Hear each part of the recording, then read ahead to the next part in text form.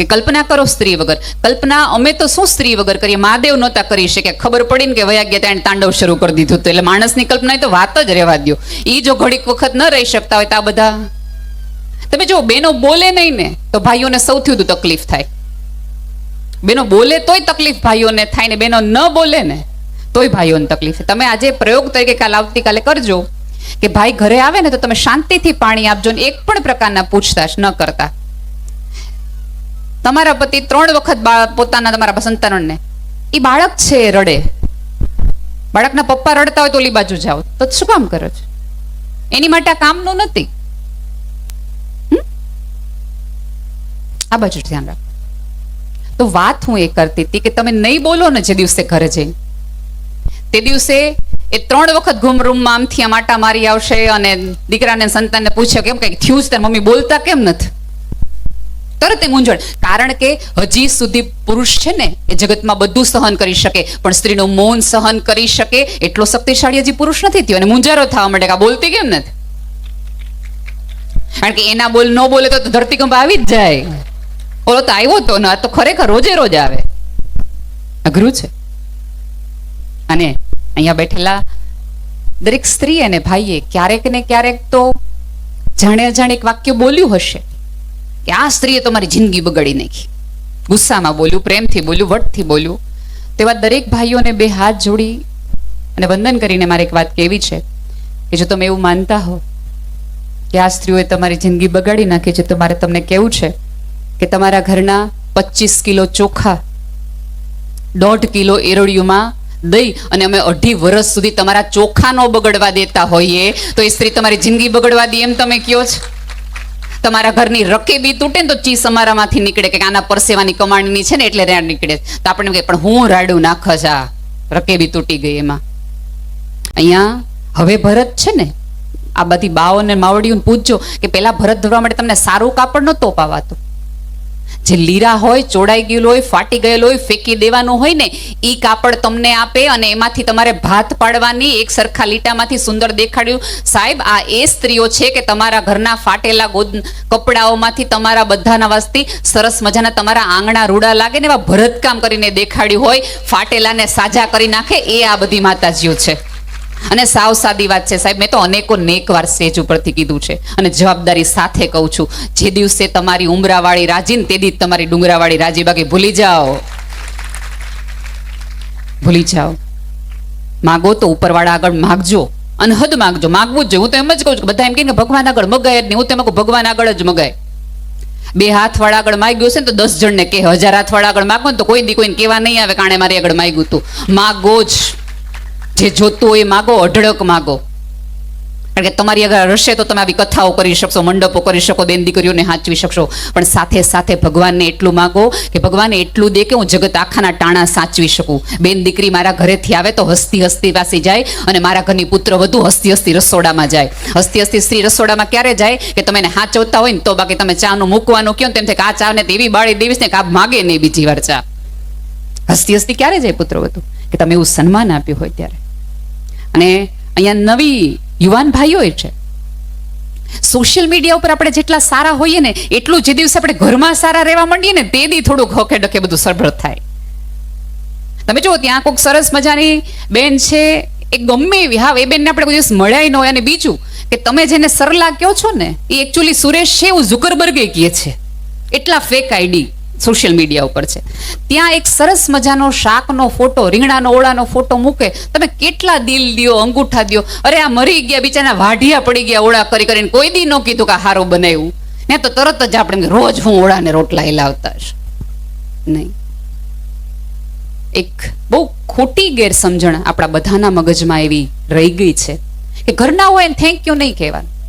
ઘરનાને કોઈ માફી માંગવાની રીત પારકા રહ્યો, એની માફી હોય, પોતાના થોડી માફી હોય નહીં. સૌથી વધુ તમારી બાજુમાં ને પડખે રહેનાર વ્યક્તિ છે એને જરૂર છે તમારા થેન્ક યુ ને સોરી. અને સૌથી કહું આ બધી માં છે ને માં એ પેઢીએ તો આભાર સાંભળ્યો જ નથી અને જગતનો ઓબ્ઝેસ જ લીધો છે. અત્યારે આમાંના કોઈક બાને બેસીને પગે લાગીને તમારામાંનો કોઈક દીકરો કે કોઈક પુરુષ એવું કહે ને કે તમે હતા તો અમે અહીંયા ટકી રહ્યા ને અમે ઉજળા થઈ ગયા. સાહેબ એ સ્ત્રીનો ઘસારો ને એનો ગોઠણનો દુખાવો હોય છે. ખારું થયું કે આ ઘર માટે મેં ઘસારો લીધો, એને કદર તો છે. કદર તો છે, પણ એ કદર આપવા માટે અહીંયા બેઠેલી બહેનોએ શરૂઆત કરવી પડશે. જે દિવસે તમારા કુખે આવતા સંતાનને, તમારા કુખે આવતા પુરુષને તમે સ્ત્રીની ક્ષમતા, સ્ત્રીનું સન્માન, સ્ત્રીએ કરેલા ઘસારા, સ્ત્રીએ કરેલા વલણ, સ્ત્રીએ કરેલા ઉજાગરાનો તમે હિસાબ આપતા શીખવાડશો, તો આમાંના જે નવી પેઢીના દીકરાઓ છે એ આવતા દિવસની દીકરીઓને કહેશે કે તું, હું તારી સાથે છું, તો એ સન્માન આપશે. ત્યારે તો સરસ બધી દીકરીઓ ભણે છે, પોતાનું નામ બનાવે છે, પણ જો એ તમે નહીં શીખવો, જો તમને જેટલી ફરિયાદ તમારા પતિ માટે છે એ ફરિયાદની એટલી સુધારણા તમે તમારા દીકરામાં કરી શકો ને, એટલા તો એને તમે બદલાવી શકો ને.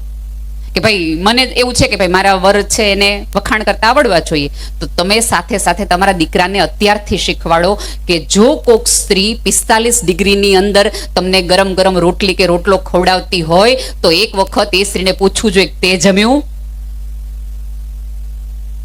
અને આ આમનું કામ નથી, તમારું ને મારું કામ છે એને સમજાવવાનું. માત્ર શિક્ષણ છે તમે ચોપડીમાં લઈ લેશો તો ખોપડીમાં કઈ ઉતરશે નહીં સીધું. આ વચગરની રસ્તો કાઢવો પડશે મારે ને તમારે બંને. આ આખી કથાઓની અંદર સ્ત્રી પાત્રોના સર્જનની કેટલી બધી કથાઓ છે, કોઈક દિવસ ધ્યાનથી સાંભળો. પણ આમાં કેવું થાય ખબર છે કે આવી બધી વાતો થતી હોય ને એટલે આપણે એમ થાય સાંભળજો તમે તમારી હાટું હતું. અને બીજું કે પરિવારને જોડવા માટે સ્ત્રીએ સૌથી મોટી ભૂમિકા નિભાવવી પડે. કારણ કે મેં જેમ કીધું એમ કે ફાટેલા કપડાઓમાંથી સરસ મજાની રચનાઓ કરીને, સરસ મજાના ભરત ગૂંથણ કરીને તમે સરસ મજાનો ચાકડો બનાવી શકો, પણ એ ચાકડો બનાવતી વખતે એ સોયના ટેભા ઉપર તમારા ટસિયા ફૂટી જાય તો એ તમારે જ પી જવા પડે. એ લોહીના ટસિયા તમારે જ પીધા પડે. તમારું લોહી તમે પીધા કરો ને બાળ્યા કરો ને તો પરિવાર ભેગા ને જોડાયેલા રહે, અને તો તમારા ચાકડા રૂડા લાગે. એના વગર શક્ય નથી. પણ આપણે તો કેવું કે વખાણ કરવાના હોય ને તો દરેક વ્યક્તિ બાજુની મામાના દીકરાની વહુ એટલી ડાય, અને એ કોના વખાણ, એ વખાણ કોની સામે કરો? તમારા દીકરાની વહુ સામે કરો. તમે આપણી પુત્ર વધુની સામે આપણો દીકરો જમતો હોય, ભાઈ આમ ટીવી જોતા હોય ત્યારે એમ કે ફલાણા ભાઈના દીકરાની કઈ વહુ છે એવી ડાય ને એવું સરસ ફળિયું વાળે ને એવું સરસ રસોઈ કરે ને બોલાવે ચલાવે હારી. હવે ઓલી જે કરતી હોય તમારું એને હું મગજમાં વિચાર આવે? બહુ સાંભળ્યા પછી ક્યારેક તમને એમ કે તો ન્યા રહેવા વયા જાઓ, તો ન્યા રહેવા વયા જાઓ. અહીંયા બેઠેલી તમામ માતાઓને વિનંતી છે કે તમારે વખાણ કરવા હોય, આદર કરવું હોય, સન્માન કરવું હોય તો તમારી પુત્ર વધુનું કરો, કારણ કે તમારું વૃદ્ધત્વ એ સંભાળવાની છે, પાડોશની કે પૂજી દીકરાની વહુ નહીં. એની તમે કદર કરી હશે તો સાંભળો. ચોક્કસ દીકરીઓને દેવા એટલું દો, દેવું જ જોઈએ. એના ભાગનું જ ઉપરવાળો ક્યારેક આપણને આપતો હોય છે, દો. પણ દીકરી જ્યારે જ્યારે આવે ત્યારે આપણે સારું ને સારું દેતા જઈને પછી આપણે એમ એક વાક્ય બોલતા રહે, અમારા જીવતા તાર જે જોતો હોય ને તો અહીંથી લઈ જા. પછી હવે ક્યારેક એવું બને કે તમારી દીકરાની વહુ અને તમારી દીકરી બે એક જ ઉંમરની હોય, બેયને તમારું એક જ ઘરેણું ગમતું હોય, ત્યારે આપણે શું કરીએ? દીકરીને આપી દઈએ, ઓલીને ખાસ કહેવા માટે કે તું નથી. પછી આપણને કંઈક થાય ને તો એના મોઢામાંથી નીકળી જાય, જેને દીધું છે ને કયો આવે તમારી મદદ કરવા માટે? હા, પણ આ તો આ યુગની દીકરીઓ છે, ભણેલ ગણેલ છે. જ્યારે તમારી મમ્મી ઘરનું સારામાં સારું ઘરેણું, સારામાં સારું ગોદડું કે સારામાં સારો ચાકડો તમને દેતી હોય ત્યારે કયો કે આ ભાભીને ગમે છે અને તારું વૃદ્ધત્વ પાલવવા માટે તને માંદી હાજી થઈશ તો તારો પગ ભાંગશે તો હું નહીં આવી શકું, આને દે. અને એને દીધું હશે તો બહુ જ આનંદથી તમારું કરશે, અને ક્યારેક તમે એને સાચવી હશે તો સામેથી તમને કહેશે. અને ઘણી વખત તમે જો અત્યારે યુગ એવો તકલીફ વાળો થઈ ગયો છે, અને ઘણી બધી અત્યારે મામેરા વખતે સૌ પ્રેમથી કહી દે કે બાય બમાને જીવતા જ બધું આપી દીધું, હવે અમારે કહી દેવાની જરૂર જ નથી. આવી નાની નાની વાતોથી આટલા સારા પરિવાર, તમે વિચાર તો કરો, આખા ગામને આ 21મી સદીમાં 2025માં કોકને આવો વિચાર આવે કે આખું ગામ ભેગું થાય અને ભાગવતની કથા કરે. શું કામ? અત્યારે તો કેટલી બધી કથાઓ, કેટલું બધું વિચારતા થાય, ટીવીમાં આમ કરો ને ક્લિક કરો ને બધું આંગળે છે. તેમ છતાં આપણે ધર્મના આંગળીએ એટલે જઈએ છીએ કારણ કે ધર્મ આપણને બગડવા નથી દેતો. અમારે ભીખુદાનભાઈ બહુ સરસ વાત કરે કે પહેલાના જમાનામાં છે ને ઉમરા હતા, હજી કદાચ તમારા ગામમાં હશે ઉમરા. તમે દોડતા જાઓ ને તો તમને ઠેસ વાગે, અને ઠેસ વાગે એટલે તમને ઉમરો તમને રોકતો હોય, પૂછતો હોય, એમ તમને એમ પૂછે કે ઉતાવળમાં ક્યાં જાઓ છો? તમે સભાન થાવ અને પાછળ બેઠેલો એકાદ અવાજ તમને ખમા કહે, તમને કારણ કે તમને ઠેસ વાગી. એટલે ખમા કહેતા અવાજના ખોડાઓ જ્યાં સુધી તમારી પાસે છે ત્યાં સુધી જ તમે સુરક્ષિત છો. આ ઉમરાઓ ક્યાંક મને ને તમને હંમેશા પૂછે છે ક્યાં જાઓ છો, કોની સાથે જાઓ છો, સાચું બોલીને જાઓ છો કે નહીં, જેનું કહીને જાઓ છો, અને બીજું કે જેને ખમા કીધું છે એને આશા છે કે તમે વળતી વખતે સારી રીતે પાછા આવશો. ઉમરાનું આ મહત્વ છે. આ ભીખુદાનભાઈની કીધેલી વાત છે. ઉમરાઓ નથી હવે મારા ને તમારા ઘરમાં, પણ ઉંમર લાયક વડીલ તો છે. અમારે મોરારી બાપુ એક બહુ સરસ વાત કરે કે આ જગતમાં તમને રોકવા વાળા બહુ હવે છે કે તમે આગળ ન વધો. એમણે કીધું ને કે રૂમાલ હું કહું હેઠો પડે, હું કે હેઠો પડે.